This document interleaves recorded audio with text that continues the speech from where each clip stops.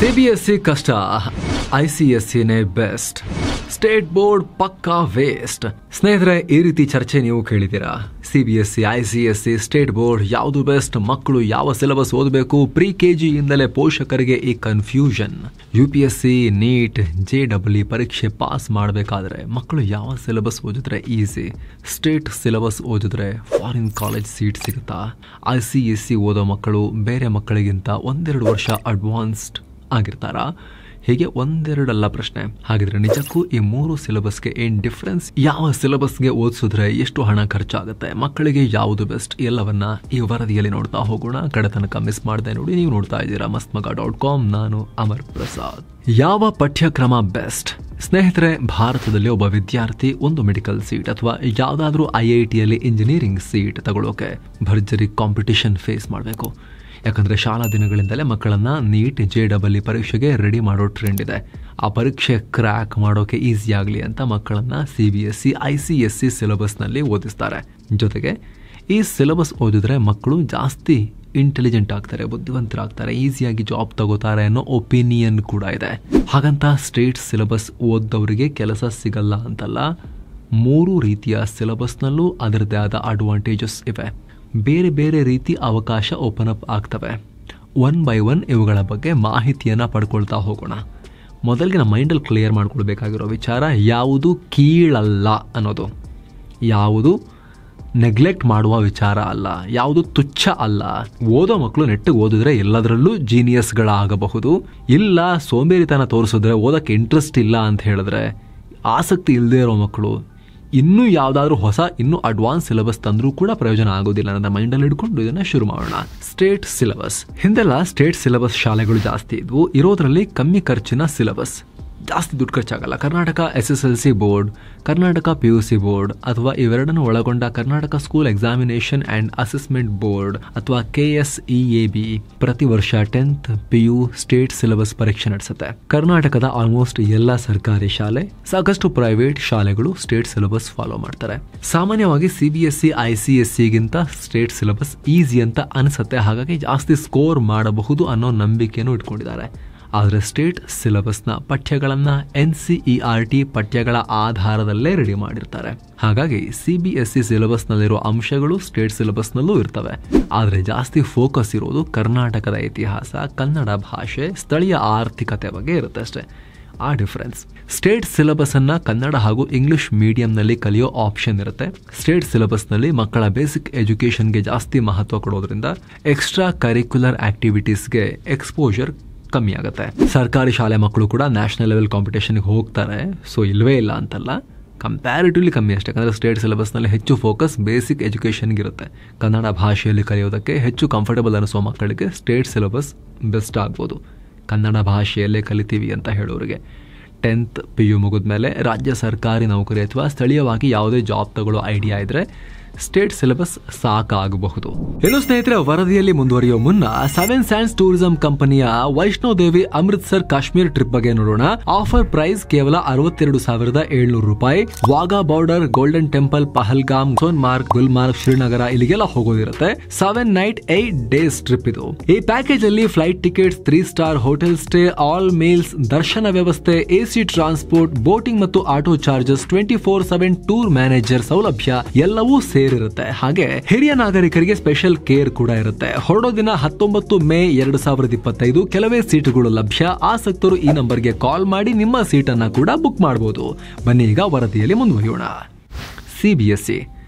CBSE ಅಥವಾ central board of secondary education, ಇದು ಕೇಂದ್ರ ಸರ್ಕಾರದ ಬೋರ್ಡ್. ಸದ್ಯಕ್ಕೆ ಭಾರತದಲ್ಲಿ ಅತಿ ಹೆಚ್ಚು ಅಡಾಪ್ಟ್ ಆಗಿರೋದು CBSE ಸಿಲೆಬಸ್. ಆದರೆ ಇದು ಶುರುವಾಗಿದ್ದೇ ಬೇರೆ ಉದ್ದೇಶಕ್ಕೆ. ಕೇಂದ್ರ ಸರ್ಕಾರಿ ನೌಕರರಿಗೆ ರಾಜ್ಯದಿಂದ ರಾಜ್ಯಕ್ಕೆ ಟ್ರಾನ್ಸ್ಫರ್ ಆಗೋದ್ರಿಂದ ಹೋದ ಕಡೆಯಲ್ಲೆಲ್ಲ ಅವರ ಮಕ್ಕಳು ಬೇರೆ ಬೇರೆ ಸಿಲೆಬಸ್ ಓದಕ್ಕಾಗಲ್ಲ ಅನ್ನೋ ಉದ್ದೇಶಕ್ಕೆ ಶುರುವಾದ ಬೋರ್ಡ್ ಇದು.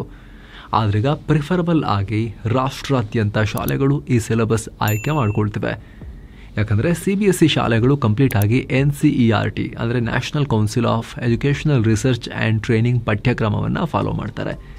ನೀವು ಯಾವುದೇ ಕಾಂಪಿಟೇಟಿವ್ ಪರೀಕ್ಷೆ ಬರೆದ್ರೂ NCERT ಬುಕ್ ರೆಫರ್ ಮಾಡಿ ಅನ್ನೋದನ್ನ ಕೇಳಿರ್ಬೋದು. ಪೊಲೀಸ್, KPSC, UPSC ಸೇರಿದ ಹಾಗೆ ಆಲ್ಮೋಸ್ಟ್ ಎಲ್ಲ ಪರೀಕ್ಷೆಗಳಿಗೆ NCERT ರೆಫರ್ ಮಾಡಲಾಗುತ್ತೆ. ಯಾಕಂದರೆ ಈ ಸಿಲೆಬಸ್ ಹೆಚ್ಚು ವ್ಯವಸ್ಥಿತವಾಗಿರುತ್ತೆ, ಅತ್ಯವಶ್ಯಕ ಕಾನ್ಸೆಪ್ಟ್ಸ್ನ ಇಟ್ಟಿರ್ತಾರೆ. ಹಾಗಾಗಿ ಸರ್ಕಾರಿ ಸೇವೆಗಳಿಗೆ ಹೋಗೋ ಉದ್ದೇಶ ಇರೋ ಮಕ್ಕಳಿಗೆ ಹೆಲ್ಪ್ ಆಗುತ್ತೆ. ಈ ಸಿಲೆಬಸ್ನಲ್ಲಿ ಸೈನ್ಸ್, ಮ್ಯಾಥ್ಸ್ ಕಲಿಕೆಗೆ ಆದ್ಯತೆ ಇರುತ್ತೆ. ಹಾಗಾಗಿ JEE, CET, ನೀಟ್ಗೂ ಕೂಡ ಹೆಲ್ಪ್ ಆಗ್ಬೋದು. ಕೇಂದ್ರೀಯ ವಿದ್ಯಾಲಯ, ನವೋದಯ ಸ್ಕೂಲ್ ಸೇರಿದ ಹಾಗೆ ಸಾಕಷ್ಟು ಸರ್ಕಾರಿ ಹಾಗೂ ಖಾಸಗಿ ಶಾಲೆಗಳಲ್ಲಿ ಈ ಸಿಲೆಬಸ್ ಇರುತ್ತೆ. ಭಾರತದಲ್ಲಷ್ಟೇ ಅಲ್ಲ, ವಿದೇಶಗಳಲ್ಲೂ 100ಕ್ಕೂ ಅಧಿಕ ಶಾಲೆಗಳಲ್ಲಿ ಅಲ್ಲಿನ ಭಾರತೀಯ ಮಕ್ಕಳಿಗಾಗಿ CBSE ಸಿಲೆಬಸ್ ಫಾಲೋ ಮಾಡಲಾಗುತ್ತೆ.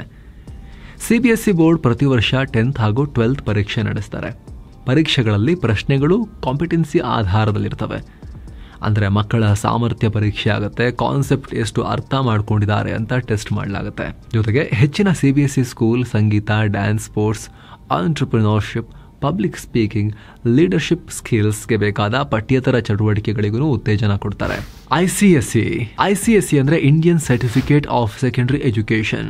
ಇದು ಕೂಡ ಒಂದು ನ್ಯಾಷನಲ್ ಬೋರ್ಡ್, ಆದರೆ private board. Council for the Indian school certificate examinations ಅಥವಾ CISCE ಅಂಡರ್ನಲ್ಲಿ ಇದು ಬರುತ್ತೆ. ಕೇವಲ ಸೈನ್ಸ್, ಮ್ಯಾಥ್ಸ್ ಅಲ್ಲ, ಆರ್ಟ್ಸ್, ಪರಿಸರ ಅಧ್ಯಯನ, ಟೆಕ್ನಿಕಲ್ ಎಜುಕೇಶನ್ ಹೀಗೆ ಸಾಕಷ್ಟು ವಿಚಾರಗಳನ್ನು ICSE ಸಿಲೆಬಸ್ ಕವರ್ ಮಾಡುತ್ತೆ. CBSEಗಿಂತ ಹೆಚ್ಚು ಡಿಟೇಲ್ಡ್ ಸಿಲೆಬಸ್ ಇರುತ್ತೆ. ಇಂಗ್ಲಿಷ್ಗೆ ಹೆಚ್ಚು ಪ್ರಯಾರಿಟಿ ಇರುತ್ತೆ.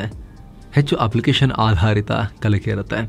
ಅಂದರೆ ಸಬ್ಜೆಕ್ಟ್ನ ನಿಜ ಜೀವನಕ್ಕೆ ಹೇಗೆ ಅಪ್ಲೈ ಮಾಡ್ಬೋದು ಅನ್ನೋದನ್ನ ICSEನಲ್ಲಿ ಹೇಳ್ಕೊಡ್ತಾರೆ. 10th, 12th ಪರೀಕ್ಷೆಗಳಲ್ಲಿ ಇಂಟರ್ನಲ್ ಅಸೆಸ್ಮೆಂಟ್ ಇರುತ್ತೆ. ಅದರಲ್ಲೂ ICSE 10th ಪರೀಕ್ಷೆ ಬಹಳ ಚಾಲೆಂಜಿಂಗ್ ಆಗಿರುತ್ತೆ. ಈ ಪರೀಕ್ಷೆಗಳಲ್ಲಿ ಮಕ್ಕಳು ಡೀಟೇಲ್ಡ್ ಆನ್ಸರ್ ಬರೀಬೇಕು, ರೈಟಿಂಗ್ ಸ್ಕಿಲ್ಸ್ ತೋರಿಸಬೇಕು, ಉತ್ತರ ಅನಾಲಿಟಿಕ್ ಆಗಿರಬೇಕು. ಅಂದರೆ ಮಕ್ಕಳಿಗೆ ವಿಚಾರವನ್ನು ವಿಶ್ಲೇಷಣೆ ಮಾಡೋ ಸಾಮರ್ಥ್ಯ ಇರಬೇಕು. ಜೊತೆಗೆ ಸ್ಪೋರ್ಟ್ಸ್, ಆರ್ಟ್ಸ್, ಕಮ್ಯುನಿಟಿ ಸರ್ವಿಸ್ ಆಕ್ಟಿವಿಟೀಸ್ಗೂ ಹೆಚ್ಚು ಫೋಕಸ್ ಇರುತ್ತೆ. ಇಂಗ್ಲಿಷ್ ಹಾಗೂ ಅನಾಲಿಟಿಕಲ್ ಸ್ಕಿಲ್ಸ್ಗೆ ಹೆಚ್ಚು ಫೋಕಸ್ ಇರೋದ್ರಿಂದ ವಿದೇಶಿ ಯೂನಿವರ್ಸಿಟಿಗಳು ಹೆಚ್ಚಾಗಿ ICSEಯನ್ನು ಜಾಸ್ತಿ ರೆಕಗ್ನೈಸ್ ಮಾಡ್ತಾರೆ. ಹಾಗಾಗಿ ವಿದೇಶಿ ಯೂನಿವರ್ಸಿಟಿಗಳಲ್ಲಿ ಉನ್ನತ ವ್ಯಾಸಂಗದ ಲೆಕ್ಕಾಚಾರ ಇಟ್ಕೊಂಡಿದ್ರೆ ICSE ಯೂಸ್ ಆಗ್ಬೋದು. ಭಾರತದಲ್ಲಿ 2,000ಕ್ಕೂ ಅಧಿಕ ICSE ಸ್ಕೂಲ್ಸ್ ಇದಾವೆ. ಜಾಸ್ತಿ ಇರೋದು ಬೆಂಗಳೂರು, ಮುಂಬೈ, ಚೆನ್ನೈನಂತಹ ಮೇಜರ್ ಸಿಟೀಸ್ ಅಲ್ಲಿ. ಎಲ್ಲ ಹೈಯರ್ ಎಜುಕೇಶನ್ಗೂ CBSE ಬೆಸ್ಟಾ? ಖಂಡಿತ ಇಲ್ಲ. ಇಂಗ್ಲಿಷ್ ಪ್ರಾವೀಣ್ಯತೆ, ರೈಟಿಂಗ್ ಸ್ಕಿಲ್ಸ್ ಇಂಪ್ರೂವ್ ಮಾಡ್ಕೊಳ್ಳೋಕೆ ICSEನೇ ಉತ್ತಮ ಅನ್ನೋ ಒಪಿನಿಯನ್ ಇದೆ. ಆದರೆ ಎಲ್ಲ ಹೈಯರ್ ಎಜುಕೇಶನ್ಗೂ ICSE ಬೇಕಾಗಿಲ್ಲ.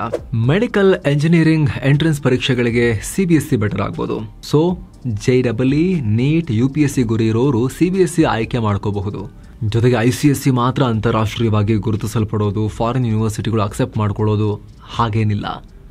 ಅವರಿಗೆ ಅಡ್ವಾಂಟೇಜ್ ಆಗ್ಬೋದು ಅಷ್ಟೇ. ಹಾಗಂತ CBSE ಮಾಡ್ಕೊಂಡು ಹೋದವರಿಗೆ ಆ ಅವಕಾಶಗಳಿಲ್ಲ ಅಂತಿಲ್ಲ. ಆದರೆ ವಿದೇಶಿ ಯೂನಿವರ್ಸಿಟಿಗಳ ಅಡ್ಮಿಷನ್ಗೆ SAT, IELTS ನಂತಹ ಪರೀಕ್ಷೆಗಳ ಸ್ಕೋರ್ ಜಾಸ್ತಿ ಮುಖ್ಯ ಆಗುತ್ತಲ್ಲ. ಆ ದೃಷ್ಟಿಯಿಂದ ವಿದೇಶಿ ಕರಿಯರ್ ಮೈಂಡಲ್ಲಿರೋರು ICSEಯನ್ನು ಆಪ್ಟ್ ಮಾಡ್ಕೊಂಡ್ರೆ ಹೆಚ್ಚಿನ ಎಡ್ಜಸ್ ಸಿಗಬಹುದು ಅಷ್ಟೇ. ಹಾಗಂತ ಬೇರೆಯವ್ರಿಗೆ ಆಗಲ್ಲ ಅಂತಿಲ್ಲ. CBSE ಯಾಕೆ, ಸ್ಟೇಟ್ ಬೋರ್ಡ್ನಲ್ಲಿ ಓದೋರು ಕೂಡ ಮನ್ಸು ಮಾಡಿದ್ರೆ ಆಮೇಲೆ ಚೆನ್ನಾಗಿ ಇಂಗ್ಲೀಷ್ ಎಲ್ಲ ಕಲಿತು ಈ ಎಲ್ಲ ಎಕ್ಸಾಮ್ಗಳನ್ನು ಕ್ಲಿಯರ್ ಮಾಡಿಕೊಂಡು ವಿದೇಶಗಳಲ್ಲಿ ಹೈಯರ್ ಎಜುಕೇಶನ್ ಮಾಡೋಕ್ಕೆ ಅವಕಾಶ ಬ್ಲಾಕ್ ಮಾಡಲಾಗಿದೆ. ಆ ಥರ ಏನಿಲ್ಲ, ಇದ್ದೇ ಇರುತ್ತೆ. ಎಷ್ಟು ಖರ್ಚಾಗುತ್ತೆ? ಸ್ನೇಹಿತರೆ, ನಾವೆಲ್ಲ ಹೇಳ್ತಿರೋದು ಎಲ್ಲ ಮಾಹಿತಿ ಈ ಕ್ಷಣದ ವಿಚಾರಗಳು. ಮುಂದಿನ ದಿನಗಳಲ್ಲಿ ಈ ಸಿಲೆಬಸ್ಗಳಲ್ಲೂ ಕೂಡ ಬೇರೆ ಬೇರೆ ಥರ ಬದಲಾವಣೆಗಳಾಗಿ ಮೇಲೆ ಕೆಳಗೆ ಹೋಗ್ಬೋದು ತಕ್ಕಡೆ. ಈ ಕ್ಷಣಕ್ಕೆ ನಾವು ಹೇಳ್ತಿರೋದು. ಖರ್ಚು ಕೂಡ ಅಷ್ಟೇ ಈ ಕ್ಷಣದ ಹೇಳ್ತಾ ಇದ್ದೇವೆ. ಅದು ಕೂಡ ಆವ್ರೇಜ್, ಸರಾಸರಿ ಖರ್ಚು. ಸಿಲೆಬಸ್ ಯಾವುದೇ ಇದ್ರೂ ಆ ನಗರಗಳಲ್ಲಿ ಸ್ಕೂಲ್ ಅವೈಲೇಬಿಲಿಟಿ, ಸವಲತ್ತುಗಳು, extra curricular activity, teaching quality ಮೇಲೆ ಡಿಪೆಂಡ್ ಆಗುತ್ತೆ. ಕರ್ನಾಟಕ ಸ್ಟೇಟ್ ಬೋರ್ಡ್ ಓದೋ ಮಕ್ಕಳಿಗೆ ವಾರ್ಷಿಕ ಫೀಸ್ ಸರಾಸರಿಯಾಗಿ ಸ್ಕೂಲ್ ಕಾಲೇಜುಗಳಲ್ಲಿ ಸುಮಾರು 5,000 ರೂಪಾಯಿಂದ 15,000 ರೂಪಾಯಿವರೆಗೂ ಆಗ್ಬೋದು. ಪ್ರೈವೇಟ್ ಸ್ಕೂಲ್ಗಳಲ್ಲಿ 25,000 ರೂಪಾಯಿಂದ 1.5 ಲಕ್ಷ ರೂಪಾಯಿವರೆಗೂ ಆಗ್ಬೋದು. CBSE ಸಿಲೆಬಸ್ಗೆ ಸರ್ಕಾರಿ ಸಂಸ್ಥೆಗಳಾದರೆ ವರ್ಷಕ್ಕೆ ಸರಾಸರಿ 50,000 ರೂಪಾಯಿಂದ 3 ಲಕ್ಷ ರೂಪಾಯಿವರೆಗೂ ಆಗ್ಬೋದು. ಖಾಸಗಿ ಶಾಲೆಗಳಲ್ಲಿ ವರ್ಷಕ್ಕೆ 1 ರಿಂದ 4 ಲಕ್ಷ ರೂಪಾಯಿವರೆಗೂ ಆಗ್ಬೋದು. ಏನು ICSE ಸಿಲೆಬಸ್ ಸರ್ಕಾರಿ ಶಾಲೆ ಕಾಲೇಜುಗಳಲ್ಲಿ ಸಿಗಲ್ಲ, ಖಾಸಗಿ ಮಾತ್ರ. ಫೀಸ್ ಆಲ್ಮೋಸ್ಟ್ CBSEನಷ್ಟೇ ಇರುತ್ತೆ.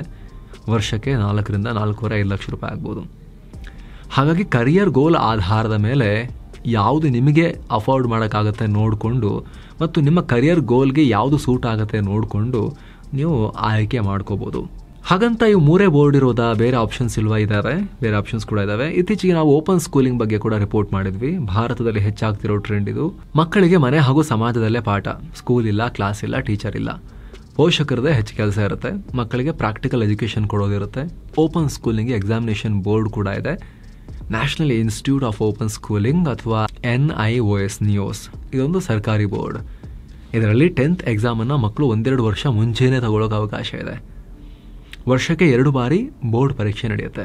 ವರ್ಷಕ್ಕೆ 3.5 ಲಕ್ಷಕ್ಕಿಂತ ಹೆಚ್ಚಿನ ಮಕ್ಕಳು ಈ ಕ್ಷಣಕ್ಕೆ ಶಾಲೆಗೆ ಹೋಗದೆ ಓಪನ್ ಸ್ಕೂಲಿಂಗ್ ಅಲ್ಲಿ ಕಲಿತು ಪರೀಕ್ಷೆ ಬರಿತಾ ಇದ್ದಾರೆ. ಹೋಗ್ತಾ ಈ ಸಂಖ್ಯೆ ಜಾಸ್ತಿನೇ ಆಗ್ತಾ ಹೋಗಿರುತ್ತೆ. ಅದೇ ರೀತಿ ಇಂಟರ್ನ್ಯಾಷನಲ್ ಬ್ಯಾಕಲಾರಿಯೇಟ್ ಸರ್ಟಿಫಿಕೇಶನ್ ಅಥವಾ IB ಸರ್ಟಿಫಿಕೇಶನ್ ಆಪ್ಷನ್ ಇದೆ. ಅಗೇನ್ ಎಲ್ಲೂ ಕೂಡ ವಿದೇಶಿ ವ್ಯಾಸಂಗದ ಕ್ಲಿಯರ್ ಗೋಲ್ ಇರೋರು ICSE ಬದಲಿಗೆ ಇದನ್ನ ಕೂಡ ಒಂದು ಆಪ್ಷನ್ ಆಗಿ ನೋಡ್ಕೋಬಹುದು. ಭಾರತದಲ್ಲಿ 200ಕ್ಕೂ ಅಧಿಕ IB ಪ್ರೋಗ್ರಾಮ್ ಆಫರ್ ಮಾಡೋ ಸ್ಕೂಲ್ಸ್ ಇದಾವೆ ಅಷ್ಟೇ. ಇಡೀ 140 ಕೋಟಿ ಪಾಪ್ಯುಲೇಷನ್ಗೆ ಒಂದು 200 ಸ್ಕೂಲ್ಸ್ ಇದಾವೆ ಸದ್ಯಕ್ಕೆ. ಅದರಲ್ಲೂ ಟಾಪ್ ಸ್ಕೂಲ್ಗಳೆಲ್ಲ ಇರೋದು ಬೆಂಗಳೂರಲ್ಲೇ. ಈ ಸ್ಕೂಲ್ಗಳು 3 ರಿಂದ 19 ವರ್ಷದೊಳಗಿನ ಮಕ್ಕಳಿಗೆ primary years program, middle years program ಹಾಗೂ ಡಿಪ್ಲೊಮಾ ಪ್ರೋಗ್ರಾಮ್ ಆಫರ್ ಮಾಡ್ತಾರೆ. ಫೀಸ್ ವರ್ಷಕ್ಕೆ 4.5 ರಿಂದ 12 ಲಕ್ಷ ರೂಪಾಯಿವರೆಗೂ ಇರುತ್ತೆ. ಸೊ ಫ್ರೆಂಡ್ಸ್, ಇದಾಗಿತ್ತು ಬೇರೆ ಬೇರೆ ಆಪ್ಷನ್ಸ್ ಬಗ್ಗೆ ಮಕ್ಕಳಿಗೆ ಎಜುಕೇಷನ್ಗೆ ಸಂಬಂಧಪಟ್ಟಂತೆ ನಿಮಗೆ ತಿಳಿಸ್ಕೊಡೋ ಪ್ರಯತ್ನ, ಸಿಲೆಬಸ್ಗಳಿಗೆ ಸಂಬಂಧಪಟ್ಟಂತೆ. ಆದರೆ ಬೀದಿ ಬದಿಯಲ್ಲಿ ಕರೆಂಟ್ ಬೆಳಕಲ್ಲಿ ಓದಿ ಅಥವಾ ಸೀಮೆಎಣ್ಣೆ ಬೆಳಕಲ್ಲಿ ಓದಿ ದೊಡ್ಡ ದೊಡ್ಡ ಸಾಧನೆ ಮಾಡಿರೋ ಮಕ್ಕಳು ಮತ್ತು ಸಾಧಕರು ಕೂಡ ಇದ್ದಾರೆ. ಆ ವಿಚಾರವನ್ನು ಕೂಡ ಮೈಂಡಲ್ಲಿ ಇಟ್ಕೊಂಡು ನಿಮ್ಮ ಅನುಕೂಲತೆ ನೋಡಿಕೊಂಡು ಮಕ್ಕಳಿಗೆ ಮುಖ್ಯವಾಗಿ ಸ್ಕೂಲಿನ ಕಟ್ಟಡ, ಅದರ ಮುಂದಿರೋ ಗಾರ್ಡನ್ನು, ಲಾನು ಅಷ್ಟು ಮಾತ್ರ ಅಲ್ಲ, ಟೀಚರ್ಸ್ ಏನು ಹೇಳ್ತಾರೆ ಅಷ್ಟು ಮಾತ್ರ ಅಲ್ಲ, ಸ್ವಯಂ ಆಸಕ್ತಿ ಮತ್ತು ಸಬ್ಜೆಕ್ಟನ್ನು ಅರ್ಥ ಮಾಡಿಕೊಳ್ಳೋ ಆ ಪರ್ಸ್ಪೆಕ್ಟಿವ್ ಬೇಕಲ್ವಾ. ನಾನು ಬರೀ ಬಾಯಪಾಠ ಮಾಡ್ತೀನಿ ಅಥವಾ ನಾನೆಲ್ಲ ಬ್ಲೈಂಡಾಗಿ ಅಚ್ಚೊತ್ತಾ ಹೋಗ್ತೀನಿ, ಆ ರೀತಿ ಅಲ್ವಲ್ಲ. ಕಾನ್ಸೆಪ್ಟ್ ಅರ್ಥ ಮಾಡ್ಕೊಂಡು ಹೋಗ್ತೀನಿ. ನಾನು ಬರೀ ಸ್ಕೋರ್ ಅಷ್ಟೇ ನೋಡೋದಿಲ್ಲ, ಕಾನ್ಸೆಪ್ಟಲ್ಲಿ ಥರೋ ಆಗ್ತೀನಿ, ಎಕ್ಸ್ಪರ್ಟ್ ಆಗ್ತೀನಿ ಅನ್ನೋ ಮಕ್ಕಳಿಗೆ ಮತ್ತು ವಿದ್ಯಾರ್ಥಿಗಳಿಗೆ ಯಾವ ಬೋರ್ಡ್ ಆದರೂ ಕೂಡ ಸಾಧನೆ ಮಾಡೋಕೆ ಅವಕಾಶ ಇದ್ದೇ ಇರುತ್ತೆ. Thank you so much. ನಿಮ್ಮ ಒಪಿನಿಯನ್ ಏನು ಕಾಮೆಂಟ್ ಮಾಡಿ ತಿಳಿಸಿ. ಮತ್ತೆ ಭೇಟಿ ಆಗ್ತಿರೋಣ. ನಮಸ್ತೆ.